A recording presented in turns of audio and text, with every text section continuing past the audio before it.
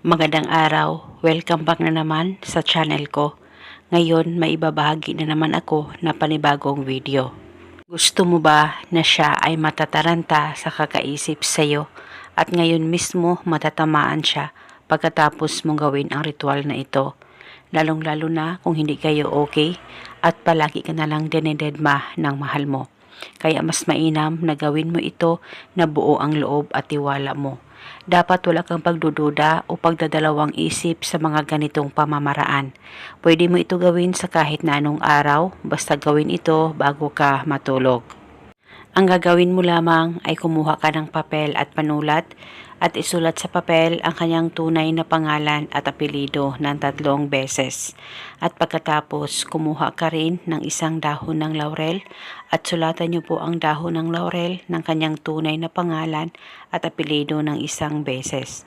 At pagkatapos mo ng sulatan ang dahon ng laurel, ay ilagay ito sa papel na sinulatan mo ng kanyang pangalan at sabay niyo pong tupiin ang papel at ang dahon ng laurel.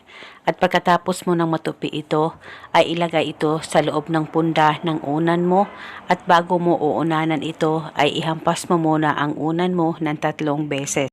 Basta ihampas mo lamang ito dyan sa higaan mo. At pagkatapos ay pwede mo nang uunanan ito buong magdamag. Wala na po kayong kailangan pang banggitin o ibulong na spell. Basta gawin itong ritual na tama ang pagkagawa mo.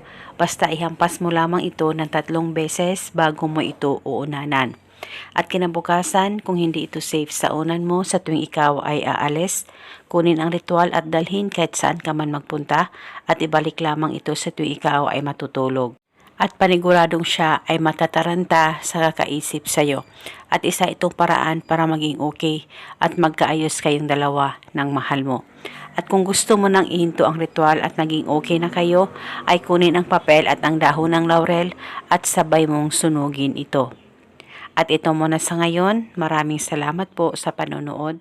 May God bless us all.